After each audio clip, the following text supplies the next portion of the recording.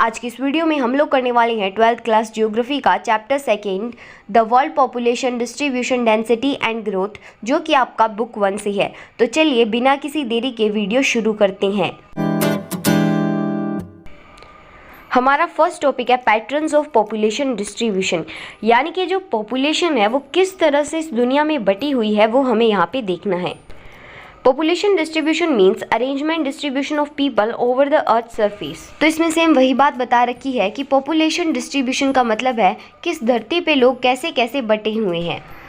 The 10 most populous country of the world contribute about 60% of the world's population. Out of these 10 countries, 6 are located in Asia.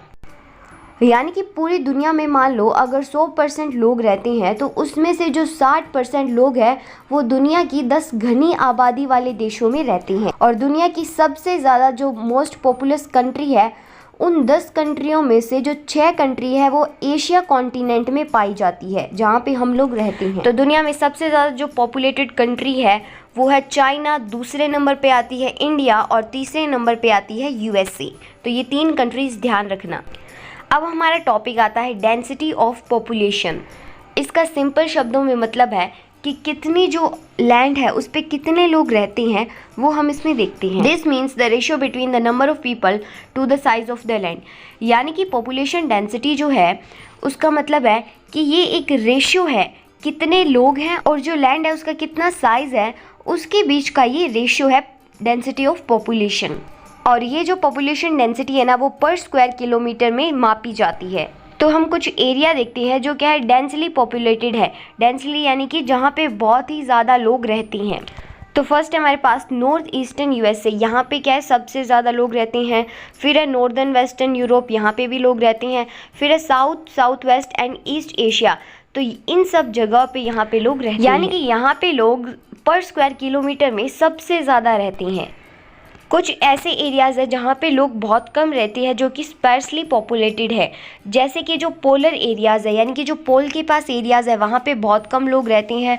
और जो high rainfall Jones है, यानी कि जहाँ पे rainfall बहुत ही ज़्यादा होता है, और जो इक्वेटर के पास है वहाँ पे लोग क्या है सबसे कम रहते हैं। यहाँ पे मान के चलो पर स्क्वायर किलोमीटर में 1 या 1 से कम लोग रहते हैं। अब आते हैं हमारे पास मीडियम डेंसिटी वाले एरियाज़, यानी कि ऐसे एरियाज़ जहाँ पे जो हाई डेंसिटी हो उससे तो कम और लो डेंसिटी हो उससे ज़्यादा लोग रहते हों, उसे हम मीडियम डेंसिटी वाले एरियाज़ कहते हैं।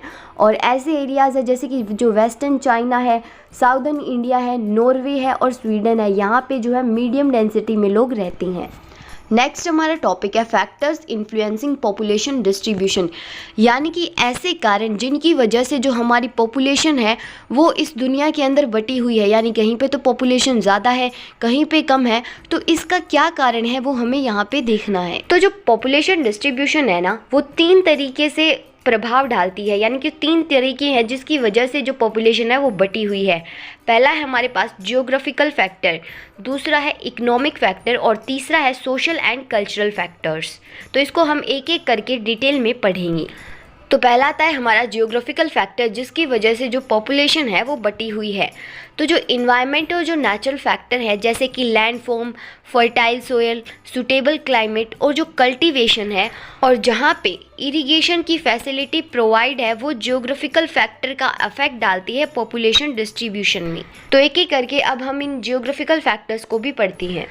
तो पहला हमारा जियोग्राफिकल फैक्टर है लैंड फॉर्म्स, यानी कि किस तरह की धरती पे लोग रहना ज़्यादा पसंद करेंगे या किस तरह की धरती पे लोग रहना पसंद नहीं करेंगे। तो जो प्लेन एरिया होगा वहाँ पे जो लोग हैं वो रहना ज़्यादा पसंद करेंगे, क्योंकि वहाँ पे क्या है प्रोडक्शन ज़्यादा होगी। एक तो पहाड़ वाला एरिया है, वहाँ पे तो क्या है एग्रीकल्चर इतना अच्छा नहीं होगा, लेकिन जो प्लेन होगा, जो एकदम फ्लैट एरिया होगा, वहाँ पे प्रोडक्शन अच्छा होगा, तो लोग वहाँ पे रहना क्या है ज़्यादा पसंद करेंगे। और दूसरा जो लैंड एरियाज़ है, जो फ्लैट एरियाज़ है, वहाँ पे क्या है इंडस्ट्रीज़ के लिए रोड भी आसानी से बनाए जा सकते हैं, आना जाना इजी हो जाता है। तो इसीलिए लोग जो है प्लेन एरिया में ज़्यादा रहना पसंद करते हैं बजाय कि माउंटेन एरियाज़ में। नेक्स्ट है हमारा क्लाइमेट, ये भी एक जियोग्राफिकल फैक्टर है। तो एरिया जहाँ पे कम सीजनल वेरिएशन होती है वहाँ पे लोग ज़्यादा रहते हैं, यानी कि जहाँ पे मौसम अक्सर बदलता नहीं रहता, तो वहाँ पे लोग क्या है रहना ज़्यादा पसंद करेंगे, या जहाँ पे क्लाइमेट सूटेबल हो। मान लो कि कहीं पे एक तो मान लो पोलर एरिया है जहाँ पे बहुत ही ज़्यादा ठंड पड़ती है, तो लोग वहाँ का क्लाइमेट उनको सूट ही नहीं करेगा, वहाँ पे लोग रह ही नहीं पाएंगे। तो इस तरह के रीजंस में लोग नहीं रहना चाहते। तीसरा हमारा जियोग्राफिकल फैक्टर है सोयल। ऐसे एरियाज़ जहाँ पे फर्टाइल लोमी सोयल होती है वहाँ पे लोग रहना ज़्यादा पसंद करेंगे। क्योंकि वहाँ पे एग्रीकल्चर अच्छा होगा, उनकी जो क्रॉप्स बोएंगे वो बहुत ही ज़्यादा अच्छी होगी, तो सोयल जहाँ पे अच्छी होगी लोग वहाँ पे भी रहना ज़्यादा प्रेफर करेंगे। चौथा हमारा जियोग्राफिकल फैक्टर है पानी यानी कि वाटर। तो लोग वहाँ पे रहना ज़्यादा पसंद करेंगे जहाँ पे क्या है फ्रेश वाटर अवेलेबल हो, यानी कि पीने का पानी उनको आसानी से मिल जाए, क्योंकि ये तो सबसे इम्पोर्टेंट फैक्टर है लाइफ का। अगर पानी ही नहीं होगा तो लोग ज़िंदा कैसे रहेंगी। तो वो थे कुछ हमारे जियोग्राफिकल फैक्टर जिनकी वजह से जो पॉपुलेशन है वो डिस्ट्रीब्यूट हुई है पूरे वर्ल्ड में, यानी कि बटी हुई है। नेक्स्ट आता है हमारा इकोनॉमिक फैक्टर। तो ऐसे एरियाज़ जहाँ पे लोगों को एम्प्लॉयमेंट मिले, यानी कि जहाँ पे उनको जॉब की अपॉर्चुनिटी मिले, जैसे कि जो मिनरल रिच एरियाज़ हो गए, जहाँ पे इंडस्ट्रीज़ हो गई, जैसे कि अर्बन एरियाज़ हो गए यानी कि शहर हो गए, वहाँ पे लोग क्या है रहना ज़्यादा प्रेफर करेंगे क्योंकि उनको जॉब अपॉर्चुनिटी मिल रही है। तो चलिए यहाँ पे हम कुछ इकोनॉमिक फैक्टर देखते हैं। पहला है हमारा इंडस्ट्रियलाइजेशन, यानी कि जहाँ पे जो लोग इंडस्ट्री लगी हुई होगी वहाँ पे उनको क्या है ज़्यादा अपॉर्चुनिटी मिलेगी जॉब्स की, तो इसीलिए जो इंडस्ट्रियल एरियाज़ है लोग वहाँ पे रहना भी क्या है प्रेफर करेंगे, क्योंकि वहाँ पे उनको जॉब लेने की जो संभावना है वो दिखाई दे रही होती है। दूसरा है हमारा मिनरल्स। तो ऐसे एरियाज़ जहाँ पे मिनरल्स है वो ज़्यादा क्वांटिटी में पाए जाएंगे, तो जहाँ पे मिनरल्स होंगे वहाँ पे क्या है इंडस्ट्री लगेगी, और जहाँ पे इंडस्ट्री होगी वहाँ पे क्या है एम्प्लॉयमेंट होगी। तो इस तरह से घूम फिर कर बात क्या है इंडस्ट्रीज़ और मिनरल्स पे ही आ जाती है, क्योंकि वो लोगों को एम्प्लॉयमेंट प्रोवाइड कराते हैं, और एम्प्लॉयमेंट तो ज़रूरी है लाइफ को जीने के लिए। तीसरा है हमारा अर्बनाइजेशन, यानी कि शहरीकरण। तो ऑब्वियस सी बात है जो शहर होंगे वो लोगों को ज़्यादा अट्रैक्ट करेंगे, क्योंकि गांव में उनको इतनी फैसिलिटीज़ नहीं मिलेगी, और जो शहर में है उनको वो फैसिलिटीज़ बहुत ही ज़्यादा क्वांटिटी में मिलेगी।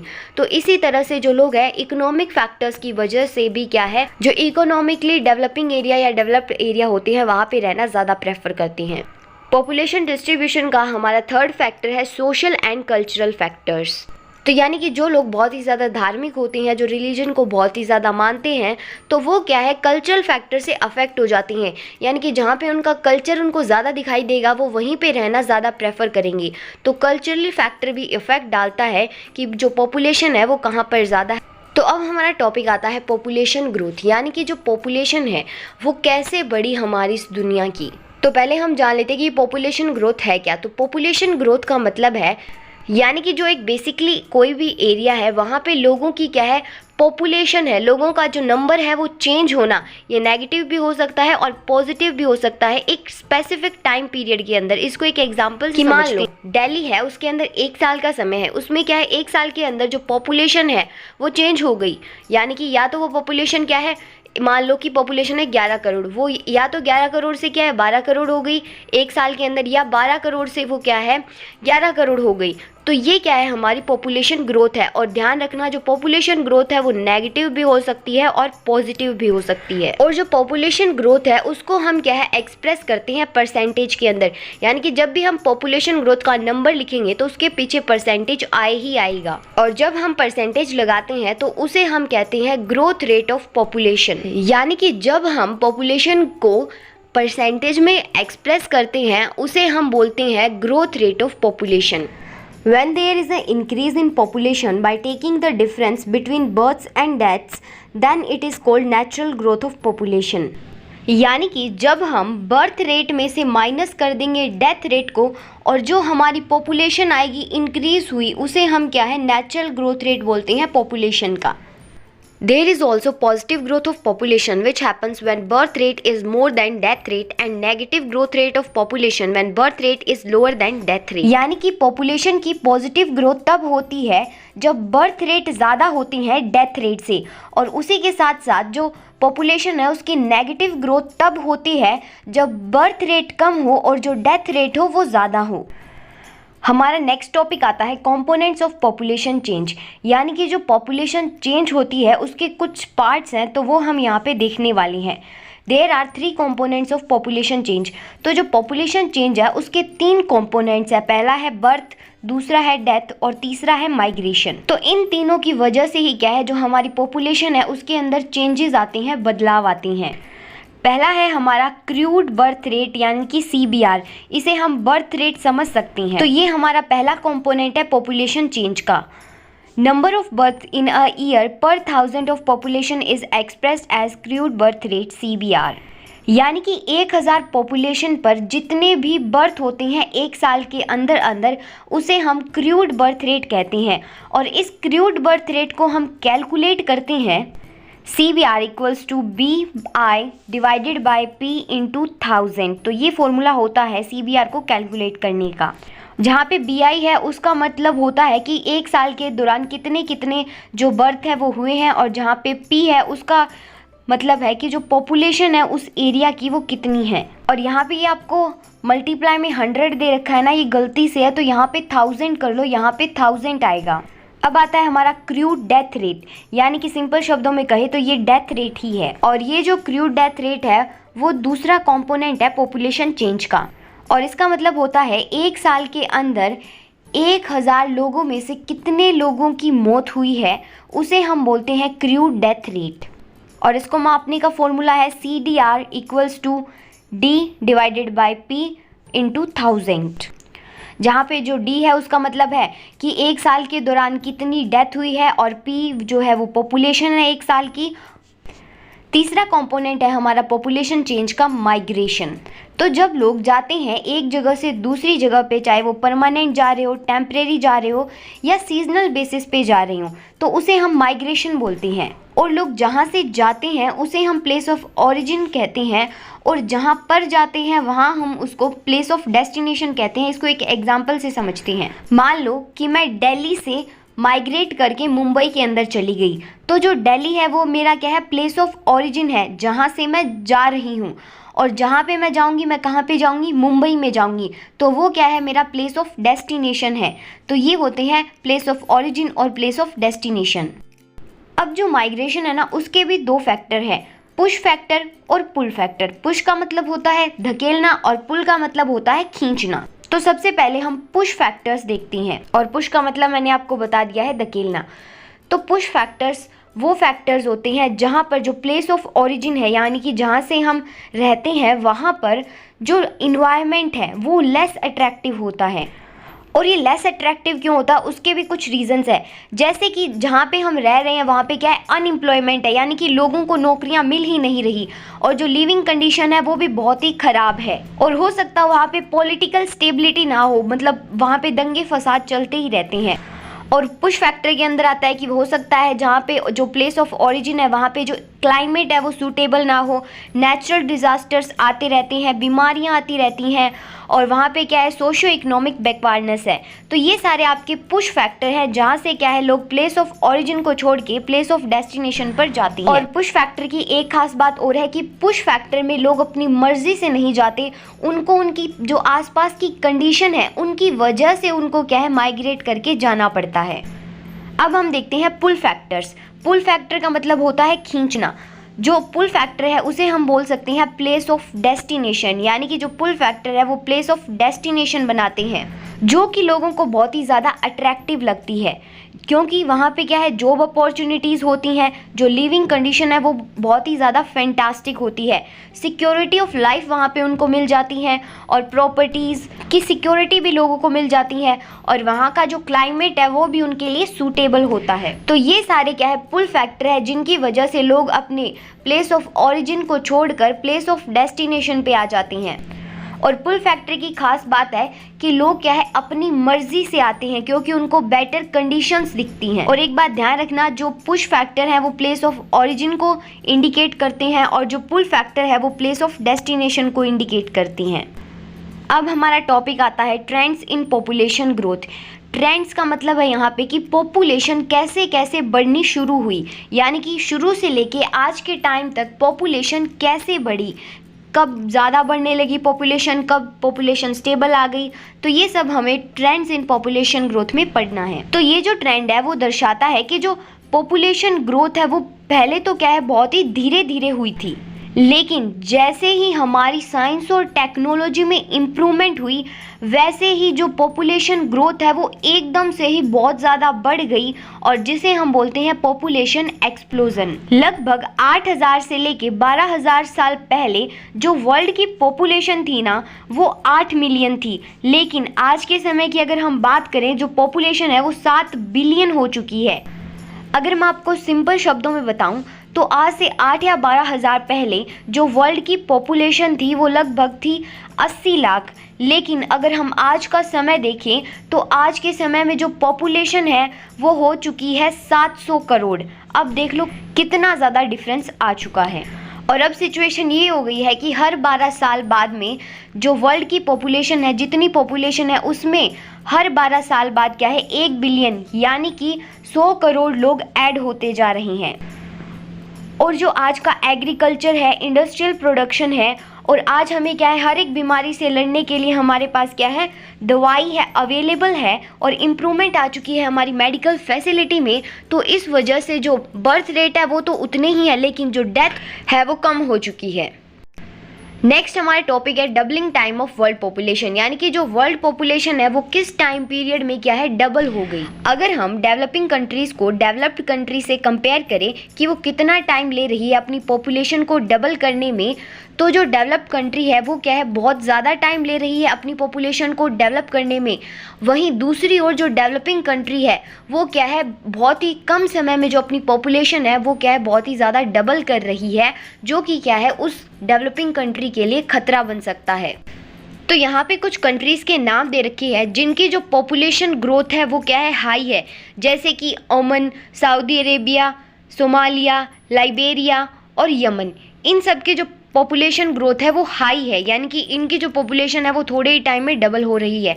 वहीं दूसरी ओर जो लतविया है, इस्टोनिया है, रशिया है, जर्मनी है, उनकी जो पॉपुलेशन ग्रोथ है वो लो है, यानी कि इनकी जो पॉपुलेशन है वो डबल होने में ज़्यादा। नेक्स्ट हमारा टॉपिक है spatial pattern of population change. Spatial का मतलब होता है अकॉर्डिंग टू प्लेस, यानी कि प्लेस के अकॉर्डिंग जो पॉपुलेशन है वो किस तरह से चेंज हो रही है वो हमें यहाँ पे देखना है। तो जो पूरे वर्ल्ड का पॉपुलेशन ग्रोथ रेट है ना वो है 1.4%। अगर हम वर्ल्ड में से अगर कॉन्टिनेंट की बात करें तो जिस कॉन्टिनेंट में सबसे ज़्यादा ग्रोथ रेट है उस कॉन्टिनेंट का नाम है अफ्रीका, और उसके अंदर है 2.6% का ग्रोथ रेट। अगर हम बात करें कि किस कॉन्टिनेंट में सबसे कम ग्रोथ रेट है तो वो है यूरोप के अंदर। यूरोप के अंदर 0.0% ग्रोथ रेट है, यानी कि ना ही जो उनकी पॉपुलेशन है वो घट रही है और ना ही जो उनकी पॉपुलेशन है वो बढ़ रही है, यानी कि जो सिस्टम है वो स्टेबल चल रहा है यूरोप के अंदर। अब आपने यहाँ पे देखा कि ये जो पॉपुलेशन ग्रोथ है वो है तो बहुत ही कम नंबर में, 1.4% या फिर 2.6%, ये नंबर्स में इतनी ज़्यादा नहीं लग रही। अगर हम ये जो स्मॉल एनुअल ग्रोथ रेट है ये बहुत ही बड़ी पॉपुलेशन के ऊपर अप्लाई करें ना, तो क्या होगा, ये बहुत ही ज़्यादा बड़ा पॉपुलेशन चेंज कर देता है। अब हम प्रेजेंट की बात करें तो प्रेजेंट में जो वर्ल्ड पॉपुलेशन है वो है 7 बिलियन यानी कि 100 करोड़। अगर हम ये 100 करोड़ पे 1.4% का ग्रोथ रेट अप्लाई करते हैं तो ये जो पॉपुलेशन निकल के आती है वो बहुत ही ज़्यादा निकल के आती है। तो ये मैंने आपको एक एग्जांपल से समझा दिया कि कैसे जो छोटा ग्रोथ रेट है, छोटा ग्रोथ रेट का नंबर है वो अगर बड़ी पॉपुलेशन पे अप्लाई किया जाए तो उसका रिजल्ट क्या होगा कि जो पॉपुलेशन है वो बहुत ज़्यादा इंक्रीज ही मिलेगी। और यहाँ पे बताया गया है कि जो नेगेटिव कोरिलेशन है इकोनॉमिक डेवलपमेंट और पॉपुलेशन ग्रोथ के बीच में, यानी कि ज़रूरी नहीं है कि पॉपुलेशन बढ़ रही है, इसका मतलब ये नहीं है कि जो इकोनॉमिक डेवलपमेंट है वो हो रही है। अब हमारा टॉपिक आता है इम्पैक्ट ऑफ पॉपुलेशन चेंज, यानी कि ये जो पॉपुलेशन है वो जो चेंज हो रही है, कहीं बढ़ रही है कहीं घट रही है, उसका प्रभाव क्या पड़ता है वो हम देखेंगे। जब पॉपुलेशन ज़्यादा बढ़ जाती है, बहुत ज़्यादा हाई हो जाती है, तब जो प्रॉब्लम्स आती हैं वो है डिप्लीशन ऑफ नेचुरल रिसोर्सेज, यानी कि ज़्यादा पॉपुलेशन होगी तो ज़्यादा नेचुरल रिसोर्स ख़त्म होने का खतरा होगा, और ज़्यादा पॉपुलेशन है तो उनको जो एम्प्लॉयमेंट देने के चांसेस है वो भी कम हो जाते हैं। और जब पॉपुलेशन कम होती है तो इसका इंडिकेशन है कि जो रिसोर्सेज है वो कम पड़ रहे हैं, जिससे कि जो पॉपुलेशन है वो जी पाए। यानी कि हो सकता है जहाँ पे पॉपुलेशन कम हो रही है वहाँ पे मेडिकल फैसिलिटी नहीं है, वहाँ पे कोई डिज़ास्टर आ गया, यानी कि जो रिसोर्सेज है वो कम पड़ रही हैं लोगों को जीवित रखने के लिए, तो इस वजह से जो पॉपुलेशन है वो डिक्रीज़ हो रही है। तो अभी हमने देखा जहाँ पॉपुलेशन ज़्यादा बढ़ जाती है वहाँ भी प्रॉब्लम, और जहाँ पे कम हो जाती है वहाँ पे भी प्रॉब्लम। अब हमारे पास टॉपिक आता है डेमोग्राफिक ट्रांजिशन थ्योरी। तो इसमें देखने वाले हैं कि डेमोग्राफिक ट्रांजिशन थ्योरी है क्या। तो ये जो थ्योरी है डेमोग्राफिक ट्रांजिशन, ये क्या है, स्टडी करती है कि जो पॉपुलेशन के अंदर चेंजेस आए हैं एक एरिया में, कि पहले जो पॉपुलेशन थी उसके अंदर हाई डेथ रेट थे, हाई बर्थ रेट थे, तो उसने वहाँ से चेंज करके क्या है लो बर्थ रेट कर लिए और लो डेथ रेट कर लिए। तो इस चीज़ की ये स्टडी करती है डेमोग्राफिक ट्रांजिशन थ्योरी। और ये सब जब होता है तब जो एक रूरल सोसाइटी है, जो इलिटरेट सोसाइटी है, वो अपने आप को डेवलप कर लेती है एक अर्बन, इंडस्ट्रियल और लिटरेट एरिया के अंदर। ये सब तब होता है। और ये जो डेमोग्राफिक ट्रांजिशन थ्योरी है उसके हमारे पास 3 स्टेजेस है। तो एक एक करके हम इन तीनों स्टेजेस को पढ़ेंगे।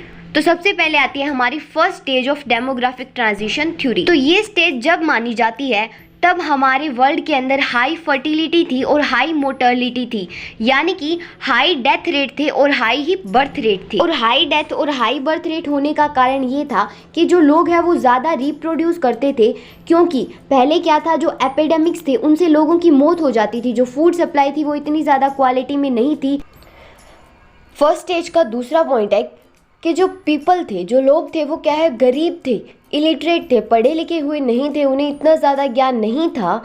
और ज़्यादातर जो लोग हैं वो एग्रीकल्चर में ही मतलब कि लगे हुए थे। जो एग्रीकल्चर है उसके अंदर क्या है, लेबर ज़्यादा चाहिए होती है। तो पहले इतनी इक्विपमेंट्स तो थी नहीं, इसीलिए लोग सोचते थे अगर हमारे ज़्यादा बच्चे होंगे तो ज़्यादा खेत में काम करेंगे। तो इस वजह से पहले बर्थ रेट हाई थे और जो लाइफ एक्सपेक्टेंसी है ना वो कम थी। लाइफ एक्सपेक्टेंसी का मतलब होता है कि एक आदमी की जो एवरेज जीने की उम्र होती है ना वो कम थी, और जो पॉपुलेशन ग्रोथ है वो भी धीरे धीरे बढ़ रही थी। हालांकि जो पॉपुलेशन ग्रोथ रेट था वो हाई था, लेकिन उतनी ही डेथ भी हो रही थी, इसीलिए जो ग्रोथ है वो क्या स्लोली हो रही थी पॉपुलेशन में फर्स्ट स्टेज। अब आती है हमारे पास सेकंड स्टेज। और ये सेकंड स्टेज के अंदर क्या हुआ, जैसे जैसे टेक्नोलॉजी का लेवल बढ़ने लग गया और जो other facility like medical, health, sanitization वो बढ़ने लगी और उनमें इम्प्रूव होने लग गई, इसकी वजह से जो डेथ रेट था वो कम होना शुरू हो गया। अब मान लो कोई व्यक्ति बीमार है, अगर उसको अच्छी मेडिकल फैसिलिटी मिल जाएगी तो वो मरेगा नहीं, वो जी जाएगा। तो इस वजह से जो डेथ रेट है वो क्या है, कम हो गई थी सेकंड स्टेज के अंदर। तो ये याद रखना। अब इसमें क्या हुआ, डेथ रेट तो कम हो गई, लेकिन जो फर्टिलिटी रेट है और जो बर्थ रेट है, इन दोनों का मतलब एक ही होता है, फर्टिलिटी और बर्थ का। यानी कि जो बर्थ रेट है वो क्या है, हाई ही रहा। और इस वजह से जो पॉपुलेशन है सेकंड स्टेज के अंदर एकदम से ही बढ़ गई, और जो पॉपुलेशन है इतनी तेज़ी से बढ़ी कि जो डेथ रेट और बर्थ रेट है उनके बीच में बहुत ज़्यादा डिफरेंस आ गया। यानी कि डेथ रेट बहुत ही ज़्यादा हाई हो गए और बर्थ रेट बहुत ही ज़्यादा कम हो गई। अब आती है हमारे पास थर्ड स्टेज। तो थर्ड स्टेज के अंदर क्या हुआ ना, जो बर्थ और डेथ रेट थे वो दोनों ही क्या है, कम होने शुरू हो गए। और जो पॉपुलेशन है वो स्टेबिलिटी की ओर बढ़ रही थी, यानी कि ना ही तो पॉपुलेशन ज़्यादा हो रही थी और ना ही कम हो रही। और ये पॉपुलेशन स्टेबल होने का, ना बढ़ने का ये कारण था कि जो लोग थे वो शहरों में रहने लग गए थे, पढ़े लिखे हो गए थे लोग। तो इस वजह से वो क्या अपना फैमिली साइज कंट्रोल करना चाहते थे। उन्हें समझ आ गया था कि जो छोटी फैमिली है वही सुखी फैमिली होती है। और साथ ही साथ टेक्नोलॉजी भी बहुत ही ज़्यादा अच्छी आ गई थी, जिसकी वजह से डेथ रेट तो कम हो ही गए थे। नेक्स्ट टॉपिक है हमारा पॉपुलेशन कंट्रोल मेजर्स, यानी कि किस तरह से पॉपुलेशन को कंट्रोल किया जा सकता है, बढ़ने से रोका जा सकता है। तो सबसे पहले क्या है, फैमिली प्लानिंग की गई, प्रिवेंट किया गया बर्थ ऑफ चिल्ड्रन का। और जो थॉमस मैल्थस है उन्होंने 1793 के अंदर एक थ्योरी दी थी और उन्होंने कहा था कि जो लोगों की संख्या है वो क्या है, अनाज से भी ज़्यादा जल्दी बढ़ रही है, इसीलिए क्या है, हो सकता है जल्दी भूखमरी आ जाए, कोई डिसीज़ आ जाए और वॉर हो सकता है। और तो ये जो थ्योरी थी वो थॉमस मैल्थस ने दी थी। तो इसीलिए जो पॉपुलेशन कंट्रोल करना है वो बहुत ही ज़्यादा ज़रूरी हो चुका है। और इस पॉपुलेशन को कंट्रोल करने के लिए हमें अवेयरनेस फैलानी चाहिए, जैसे कि फैमिली प्लानिंग हो गई, फ्री अवेलेबिलिटी ऑफ कॉन्ट्रासेप्शन हो गई, जो टैक्स है वो लगाना चाहिए। अगर ज़्यादा बड़ी फैमिली है उनके ऊपर क्या है, टैक्सेस लगाना चाहिए। और इसी तरह से क्या है, बहुत सारे जो सेमिनार्स वगैरह लगाए जाए ताकि लोगों को अवेयर कर सके कि पॉपुलेशन कंट्रोल करना कितना ज़रूरी है। तो यहीं पे जो आपका चैप्टर है वो ख़त्म हो गया है और इसकी क्वेश्चन आंसर की वीडियो भी जल्दी आ जाएगी। तो चैनल को सब्सक्राइब करना बिल्कुल मत भूलना और ये वीडियो कैसी लगी मुझे कमेंट करके ज़रूर बताना।